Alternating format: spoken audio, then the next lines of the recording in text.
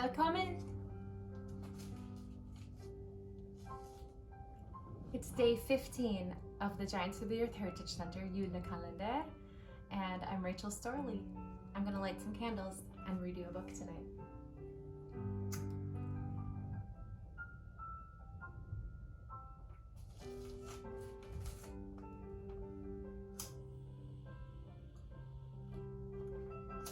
As you can see in the windows of my house behind me, there's a huge storm going on tonight in Spring Grove and the entire southeastern Minnesota and northeastern Iowa area.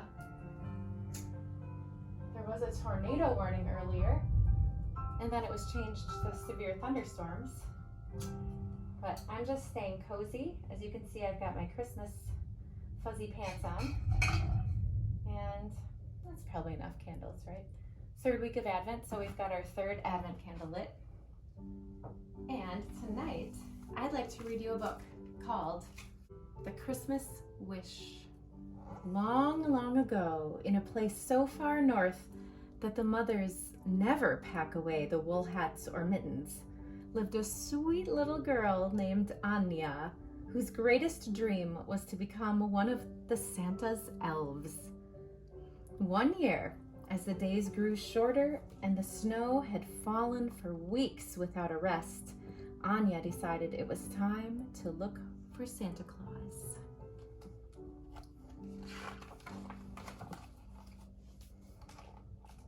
Before she left, she remembered the kind old woman who lived down the lane. She had no children or grandchildren of her own, so Anya wanted to help her get ready for Christmas. As the old woman napped, Anya caught her naughty cat for her and decorated the gingerbread house that they had baked together the day before. She swept out her sauna and found a small juletree, a small Christmas tree for her to enjoy.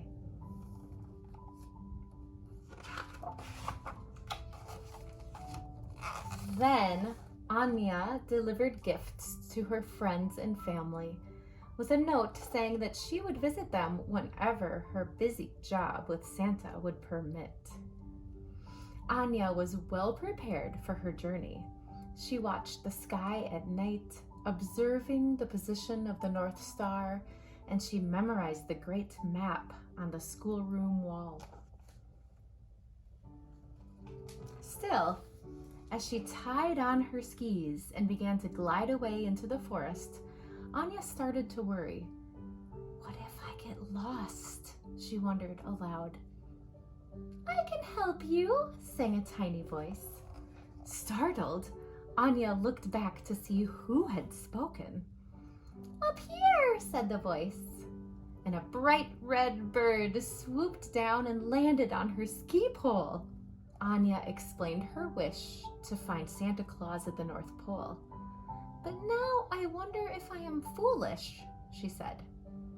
Not when you have the right friends, the bird answered. If you trust me, I can help you. But we must hurry. The days are short and Christmas is very near. So Anya skied after the patient bird, who led slowly so the child could make her way through the deep snow.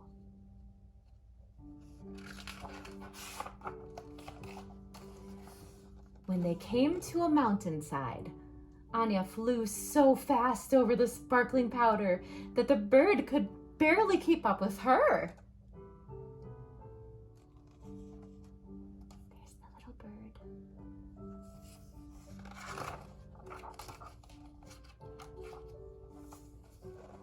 At the foot of the mountain, the bird whistled, and they were greeted by a giant horse. You may sleep in my barn tonight, he offered. Tomorrow I can take you as far as one day and night will allow. The cardinal fluttered away before Anya could thank him. Morning came in a blink. The gentle horse invited still sleepy Anya to climb onto his back.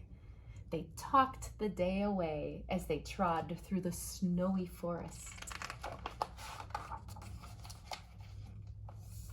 evening fell as they approached a mountain pass. The sky came alive with the dancing colors of the northern lights. They stood spellbound for hours and fell asleep, the horse standing strong and solid with Anya lying across his warm back. Anya was sad when she awoke and remembered that the horse would have to leave her, but she knew that his people would be worried about him. Later, as they approached a gleaming ice fall, the horse whinnied loudly 3 times, and from a hole in the ice appeared the oddest-looking creature Anya had ever seen. The musk ox spoke softly and slowly. "The cardinal asked me to escort you under the glacier to the tundra," she said. Then she turned and walked back into the dark cave. "Follow her now," the horse told Anya. "She is shy, but she is trustworthy." He saw that Anya was sad to leave him, so he said, "When you are Santa's elf, you can visit me whenever you wish. But hurry now, Christmas is very near." Anya took off her skis and bravely joined the plodding ox. The cave was dark as night as Anya followed the ox downward, and luminescent blue as they climbed up a trail of ice and stones. When they emerged, Anya saw a tremendous fur blanket lying on the ground in front of her. Just as she was ready to collapse into its warm folds, it shifted. It rose. It wasn't a blanket. It was an enormous bear, just like the ones in the tales her father told around the fire. After Anya had thanked the musk ox for her help, the bear spoke. "I have come to take you north over the tundra," he said in a deep, soothing voice. "You may ski or ride as you wish, but we must hurry. Christmas is coming soon."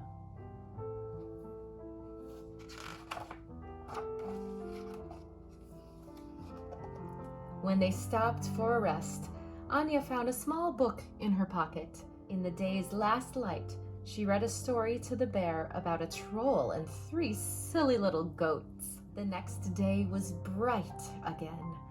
Anya skied, then rode on the bear's back. He was great company. They sang songs and made each other laugh.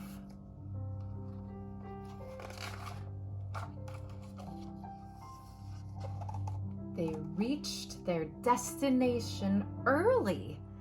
Anya had no idea how the bear could tell this spot from any other, but he told her they would be meeting a friend at this exact place. "Since we have the time, let us take another rest," he said. Anya curled up into the bear's softness and slept without a dream. They awoke to a jingling sound. Sleigh bells! Anya and the bear looked up. A reindeer landed right in front of them. "I'm so glad I found you," the reindeer said. "We must run, for I am too tired to fly." Anya felt sorry for him. He looked exhausted. As she took his harness off, she remembered an apple she had brought and offered it to him. The reindeer thanked her as he happily ate the apple. Anya hugged the bear goodbye. Then she put on her skis and set forth with her new friend.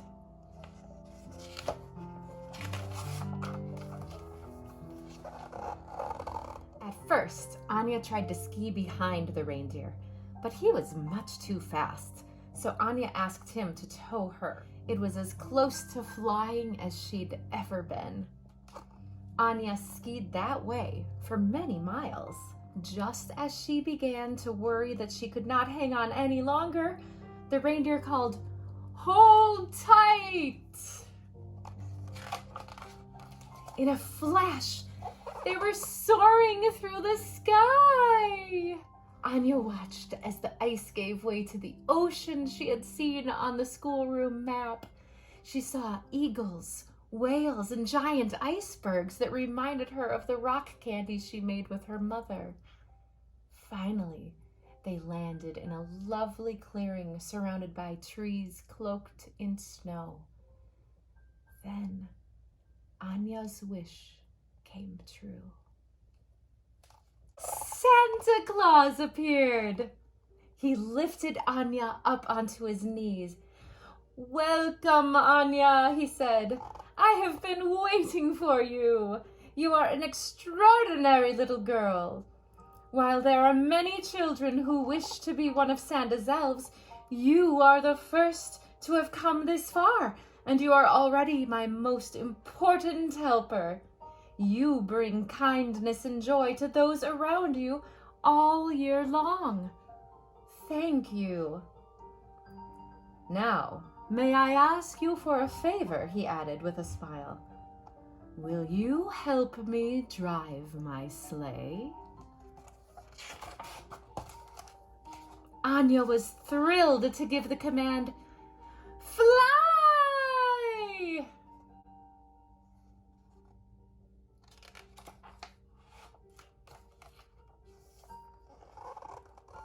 It was very early Christmas morning when they landed near Anya's home. "Before I leave," Santa said, "I'd like to give you a very special gift. This is a magical bell. If you ever need help, ring the bell 3 times.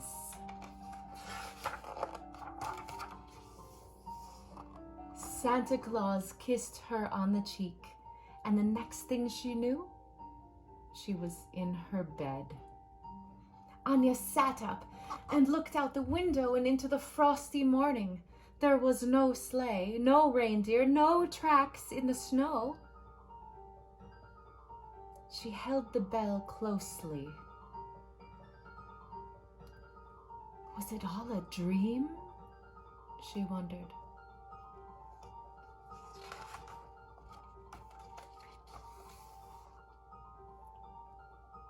What do you think?